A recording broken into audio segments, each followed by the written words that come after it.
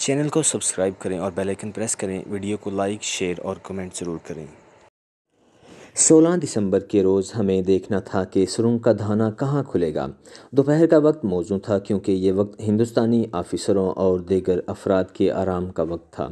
ہمارا ایک ساتھی سرنگ میں چھری لے کر گیا۔ اس وقت تک سرنگ کی کھدائی مکمل ہو چکی تھی۔ اس نے دوسری طرف اوپر اتنا سوراخ کیا جہاں سے سر نکالا جا سکے۔ ہمارے ساتھی نے سر باہر کر کے دیکھا۔ اس نے واپس آ کر بتایا کہ دھانا اونچی گھاس میں کھلا ہے کیونکہ سنتری اسے دیکھ نہ سکے، مگر سنتریوں کی باتیں سنائی دے رہی تھیں۔ اس سے معلوم ہوا کہ سنتریوں کے خیمے سرنگ کے دھانے کے قریب ہی ہیں۔ سرنگ مکمل ہو گئی تھی، ادھر سے دھانا بھی کھل گیا تھا۔ ہم نے 17 دسمبر 1972 کی رات فرار کے لیے مقرر کی۔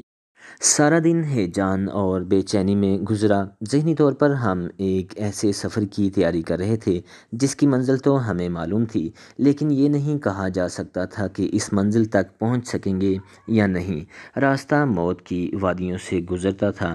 ہم نے ذہنی طور پر تیاری کر لی، جو یہ تھی کہ تمام تر خطروں کا سامنا کرنے کے لیے تیار ہو گئے۔ ہم نے جو قیمتی چیزیں چھپا رکھی تھیں وہ نکال کر اپنے جسموں کے ساتھ کپڑوں میں چھپا لی۔ فرار شام کی گنتی کے بعد ہونا تھا۔ میرے لیے ایک مشکل پیدا ہو گئی تھی۔ میری پتلون جو میں نے فرار کے لیے رکھی تھی بری طرح خراب ہو گئی تھی۔ میں نے پلنگ کی چادر پھاڑ کر ہاتھ سے پاجامہ تیار کر لیا تھا۔ شام کی گنتی خیریت سے ہو گئی۔ ہم نے وضو کیا اور مغرب کی نماز پڑھی، پھر اللہ کے حضور گر گڑا کر کامیابی کی دعا مانگی۔ اس کے بعد میں نے میجر طارق پرویز اور میجر نادر پرویز نے وہ کپڑے پہن لیے جو ہم نے کھدائی کے لیے استعمال کیے تھے۔ وہ کپڑے جو ہم نے ہندوستان میں گھومنے پھرنے کے لیے قیدی کیمپ کے بڑے بڑے سیاہ نشانوں سے بچا کر رکھے تھے وہ الگ باندھ لیے۔ یہ ہمیں سرنگ کے باہر والے دھانے سے نکل کر بدلنے تھے۔ سرنگ کا غسل خانہ والا دھانا کھول دیا گیا اور ہم تینوں باقی افسروں سے رخصت ہو کر روانہ ہونے لگے۔ وہ منظر بڑا ہی جذباتی تھا۔ کیمپ میں رہنے والے ساتھی ہمیں کامیابی کی دعائیں دے رہے تھے۔ ہم ان سے جدا ہونے کا دکھ بھی تھا اور رہائی کی خوشی بھی۔ ایسے ملے جلے جذبات میں سب سے پہلے میجر نادر پرویز سرنگ میں اترا، اس کے پیچھے میجر طارق پرویز اور اس کے پیچھے میں اترا۔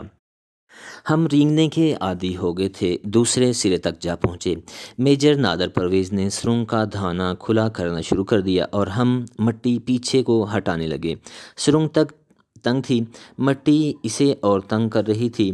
میجر نادر پرویز باہر نکل گیا۔ دھانے کا قطر سرنگ کی نسبت کم تھا اور میجر طارق پرویز کا قطر کچھ زیادہ ہی تھا۔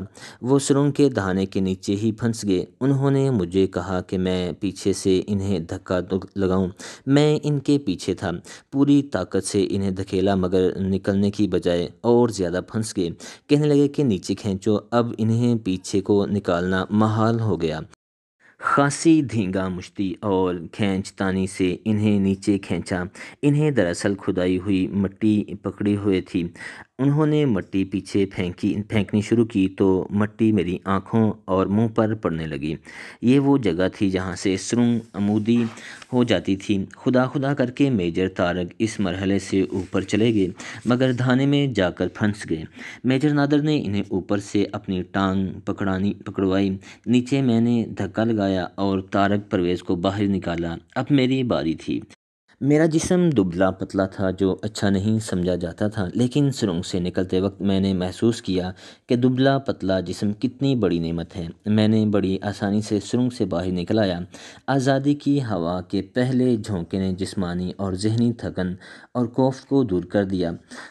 اب ہمیں پھونک پھونک کر قدم رکھنے تھے۔ گھاس نے ہمیں چھپا لیا تھا۔ رات کا اندھیرا کیمپ کی روشنیوں کی وجہ سے کم تھا۔ ہم نے ادھر ادھر کا جائزہ لیا۔ باہر والا سنتری ہم سے بمشکل 15 گز دور کھڑا تھا۔ داہنی طرف 20-25 گز دور سنتریوں کے خیمے تھے۔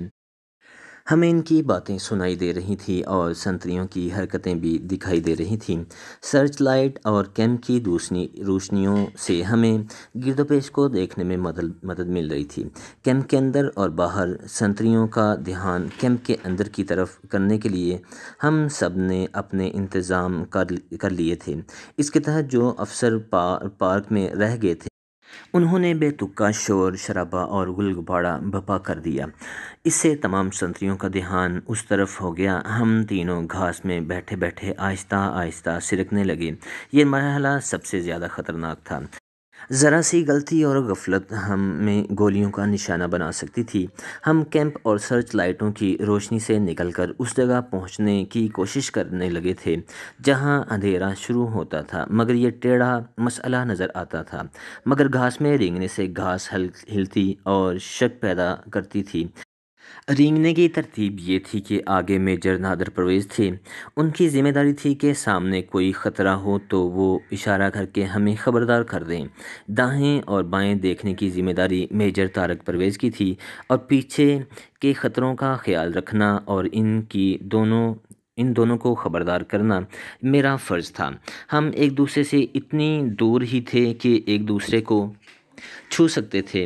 ہم ہاتھوں سے باتیں اور اشارہ کرتے تھے، زبان سے کچھ نہیں بولنا تھا۔ ہم نہایت ہی آہستہ گھاس میں رینگتے سرکتے گئے۔ کیمپ اور اس جہنم کی روشنیاں پیچھے ہٹتی جا رہی تھیں، مگر رفتار بہت ہی کم تھی۔ ہوا ہمیں سکون دے رہی تھی۔ کیمپ میں بھی یہی ہوا چل رہی تھی، لیکن کیمپ سے باہر اس کا اثر ہی کچھ اور تھا۔ آزادی اور اسیری کی ہوا میں آگ اور پانی جتنا فرق ہے۔ ہم رینگتے رینگتے 70-80 گز دور نکل گئے اور گھاس ختم ہو گئی اور سامنے کھلا میدان آ گیا۔ اس کے بعد چاند ماری کا بٹ آ گیا۔ وہاں تک سرچ لائٹوں کی روشنی خاصی مدھم ہو گئی تھی۔ ہم اٹھ کر چلنے لگے۔ میدان میں رینگنا شک پیدا کر سکتا تھا۔ چلتے چلتے ہم اس جگہ پہنچ گئے جسے ہم فوجی زبان میں چاند ماری کا فائرنگ پوائنٹ کہتے ہیں۔ وہاں مکمل اندھیرا نہیں تھا کیونکہ رات چاندنی تھی۔ ہم وہیں بیٹھ گئے۔ بائیں طرف کچھ دور بڑی سڑک تھی جس پر فوجی گاڑیاں آ جا رہی تھیں۔ ہمارے قریب جھاڑیاں تھیں۔ ان میں چھپ کر ہم نے قیدی کیمپ والے کپڑے اتار پھینکے اور وہ کپڑے پہن لیے جن پر قیدی کیمپ کا کوئی نشان نہیں تھا۔ میں نے پیچھے بتایا ہے کہ ہم شناختی کارڈ بنوانے کا حکم ملا جس پر ہماری فوٹو بھی چسپاں تھی۔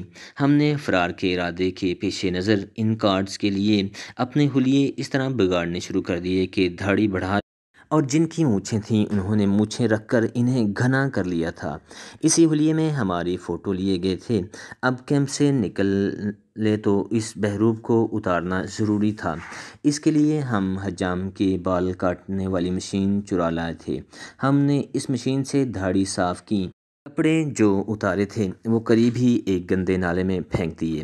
ہمیں یہ نالا پار کرنا تھا۔ بہت دور نکل گئے مگر کوئی پل نظر نہیں آیا۔